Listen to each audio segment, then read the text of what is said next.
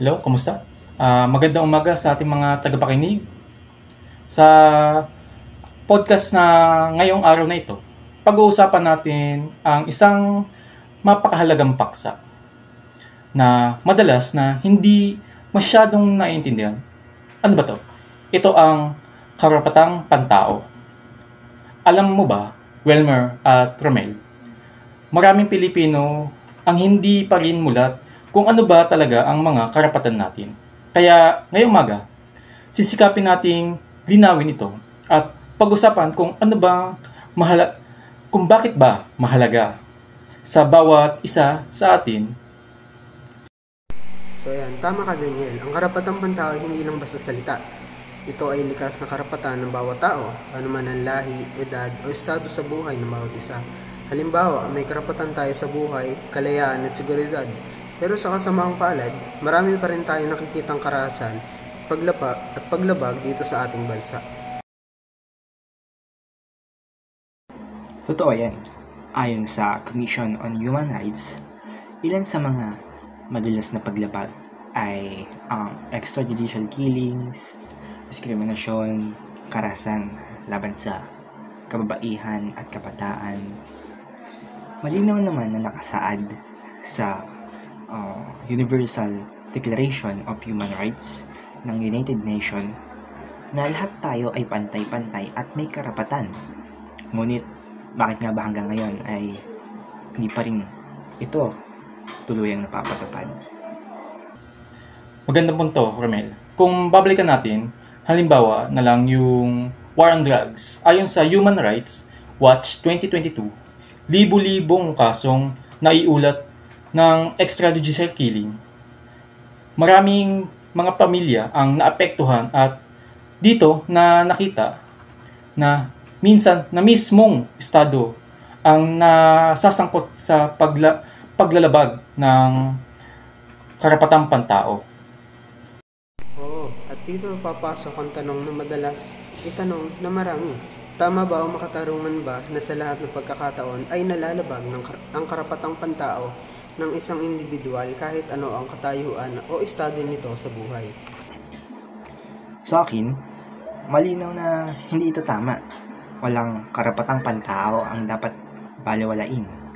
Kahit na anong estado ng isang tao, mayaman man o mahirap, bata o matanda, kriminal man o hindi.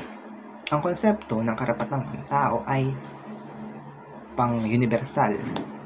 Ibig sabihin, likas ito at pantay para sa lahat. Kung ipagkakait ito sa isang tao dahil lamang sa kanyang katayuan, mawawala ang mismong diwa ng pagiging makatao. Ang ganda ng sagot mo, Romel. Kaya naman, mapakahalaga ng kalmalayan ng mamayanan kung hindi natin alam kung ano ba ang karapatan natin, mas madaling naabuso ang mga tao. Kaya isa sa mga panawagan ng CHR ay mas palakasin ang edukasyon higit sa karapatang pantao, lalo na sa mga kabataan ngayon. May dagdag ko lang, bukod sa kamalayan, kailangan din natin ng epektibong hustisya dahil kahit alam ng mamamayan ang karapatan nila, kung hindi naman napapanagot ang mga lumabag, patuloy pa rin mauulit ang ganitong pangyayari. Ang batas at sistema ng hustisya ang magsisiguro na may pananagutan ng mga nagkasala. At hindi lang gobyerno ang may responsibilidad dito. At hindi lang gobyerno ang may responsibilidad dito. Tayo, bilang mamamayan, ay may tungkulin din. Ang ipaglaban hindi lang ang sarili nating karapatan, kundi pati ang karapatan ng iba.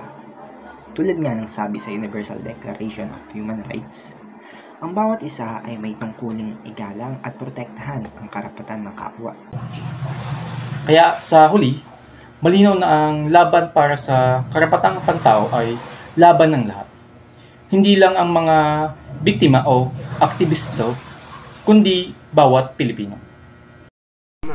Dahil kapag sama-sama tayong kikilos, mas magiging mahirap para sa sino man na baliwalain ang ating mga karapatan. At sana, sa pamamagitan ng simpleng talakayang ito, ay nakapagbigay tayo ng dagdag kaalaman at paalala sa ating mga tagapakinig na ang karapatang pantao ay dapat igalang at protektahan at ang anumang karahasan o paglabag dito ay hindi dapat maging normal. Maraming salamat sa inyong pakikinig at huwag kalimutan ang karapatang pantao ay para sa lahat at tungkulin natin lahat na ito ay ipaglaban.